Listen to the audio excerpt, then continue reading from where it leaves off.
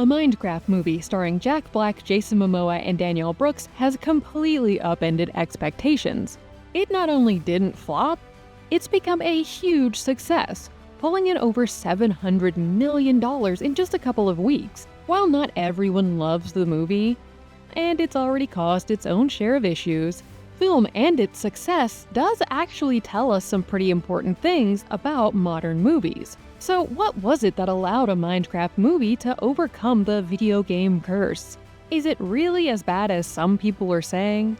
And what does it tell us about the future of big-budget movies? Let's take a closer look. Hollywood has long been trying to capture the huge success of video games in movie counterparts, but it often hasn't worked out very well.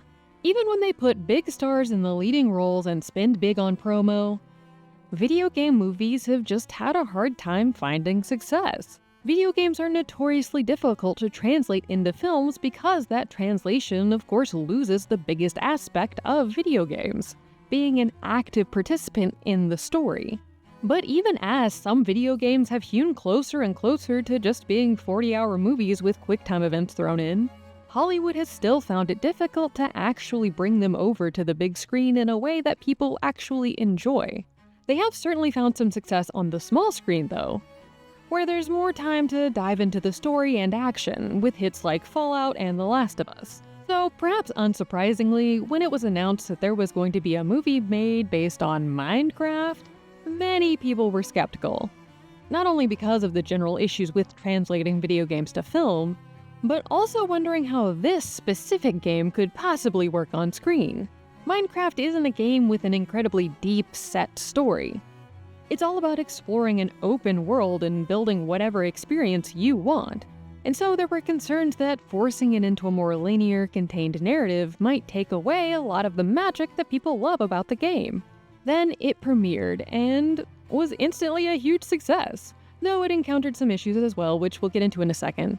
But what is it about a Minecraft movie that went so right? Directed by Jared Hess, known for quirky comedies like Nacho Libre and Napoleon Dynamite, a Minecraft movie admittedly isn't a particularly strong or narratively deep story.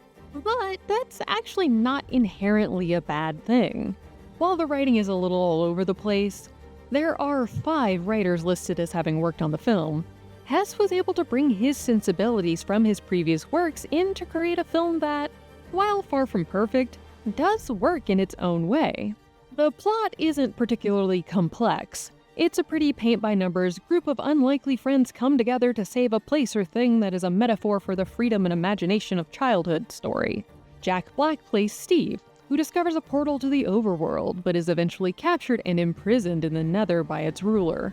Jason Momoa is Garrett, a former gaming champion who has become jaded with age. Dawn runs a mobile petting zoo and works as a real estate agent. And Natalie and Henry are 2 young people who moved to town after the death of their mother. They all end up going through the portal to the overworld and joining up with Steve, who was released from his imprisonment to go and retrieve the orb that helps create the portal between worlds in exchange for his freedom. Finding that they all have different strengths and weaknesses that, when combined, make them a formidable group able to overcome anything, they're able to overcome the evil, save the day, and now with a new sense of self and confidence are all able to go out and start living their best lives. It's a story we've heard 100 times before. But that's not automatically a failure of the narrative. When life feels frantic, it can be so easy to push off things, even super important things like going to the doctor. Whether you just feel too busy with everything else, figure things will just sort themselves out, or just don't even have time to figure out which doctor to go to. It can add so much more stress to an already stressful situation. But thanks to Zocdoc, booking doctor's appointments doesn't have to feel so daunting anymore.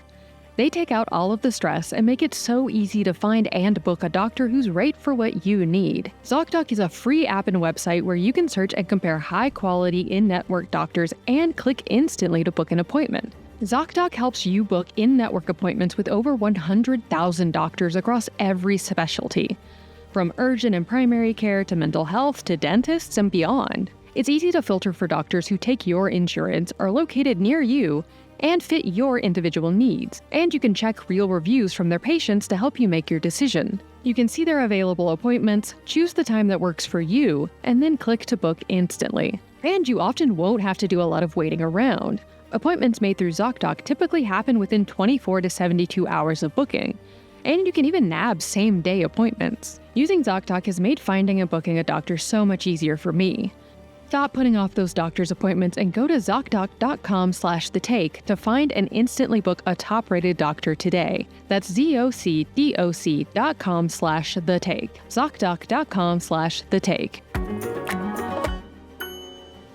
What the film actually got right, which has contributed to its runaway success, is that it decided to focus on the one thing that is consistent across every player's otherwise varied experience with Minecraft: fun. There was no way they could have synthesized everyone's own favorite way to play the game.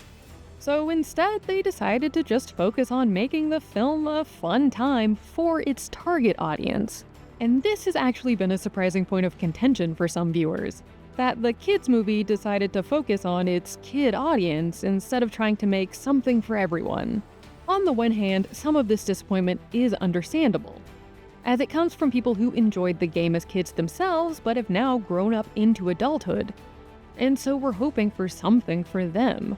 But at the end of the day, there's nothing really wrong with making a kids' movie that is just unashamedly trying to be a good time for kids. Also, now that the IP has proven it can make money at the theater, we are no doubt in store for some grim, dark art house horror Minecraft or something in that vein before long. A Minecraft movie's success is in line with some of the other big box office hits we've seen in recent years, who drew in audiences by being unafraid to just focus on their actual intended audience, to tell the story they wanted to tell and see who showed up. Take Barbie blowing expectations out of the water, for example. Mattel wanted to sand the story down to make it more palatable for everyone. But director Greta Gerwig and producer-actor Margot Robbie did everything they could to keep being able to tell the story they actually wanted to tell. It certainly wasn't without its issues, as we discussed in depth in our video on that film, but in the end, that focus on the specific target audience and what they wanted to see was a huge part of the film's success. Much of a Minecraft movie's success lies in the fact that it wasn't afraid to just be a so-called dumb video game movie, or get knocked for just trying to have a bit of fun. In all of the concern about low attention spans and lack of interest in anything not on the internet, maybe it's a good sign that this film was able to keep kids paying attention for an hour and a half without having to pop Subway Surfers up on the bottom of the screen. Sure, it doesn't have much to say, but it also kind of works because it's not pretending to either. It's just trying to have a little fun for a couple of hours, which is for many a welcome reprieve from, say, the endless glut of superhero films wanting to pretend they have deep things to say, but always being too afraid to actually say anything very deep. Obviously, we don't want to move towards a future where all children's media is this empty, but it's not a bad thing to have a little fun every so often. Even with all its success, a Minecraft movie also hit some hurdles upon its release. While many are happy to see the movie doing well at the box office, it has run into a snafu in the way that some audience goers are enjoying the film in those theaters. It quickly became a trend to go absolutely wild at Jack Black's Chicken Jockey line. Chicken Jockey! Screaming and throwing popcorn and sodas, to the point that police were called to some theaters to escort out some of the worst offenders, and Jack Black himself had to make an announcement to ask people to chill out. It goes without saying that making a huge gross mess for the underpaid and likely understaffed crew at movie theaters to have to clean up after every showing is not okay. But in a world of so many compounding horrors, it is nice to have something that has gotten young people outside and interacting with each other in real life. Hopefully, as screenings go on, this behavior is able to quickly evolve into just yelling, Rocky Horror style, along with the film and not making a mess for other people to clean up in the process. A Minecraft movie was never going to be able to please all of its fans, but it was able to tap into something that does connect to a large swath of people, that we generally play video games to have a good time. It's definitely not a masterpiece, but it's also not trying to be, and sometimes that's just fine. The film's success also, yet again, disproves the notion that people are just over going to the theater to see films. People are still very much willing to go out and see movies about things that they like, or that even just look like they'll actually be entertaining. We've also seen this with recent surprise hit Sinners from director Ryan Coogler. There's been a wave of shock that an original horror film that's not connected to any IP shot to #1. But it's not really surprising at all. It's an interesting concept that we haven't seen over and over again. From a director that's known for making good films, and starring actors that people enjoy watching. It focused in on the story it was actually trying to tell and the specific vibe it wanted to convey, and went for it full steam ahead and is now reaping the rewards. We can even see this with known IP, adaptations, and even remakes. Take Wicked's recent success, for example. What Hollywood should take away from the success of a Minecraft movie isn't, oh, okay, let's just make 50 more successively emptier Minecraft movies. But instead to just stop being afraid to let different kinds of films be different. Instead of trying to mold everything into the same pseudo-deep but still exciting but not too much mush, greenlight a variety of films. Dramas, comedies, horrors, even fluff. And give them the leeway to try being their own thing. Minecraft is, at its core, about harnessing creativity and letting it run free. And Hollywood could definitely do well to take some notes.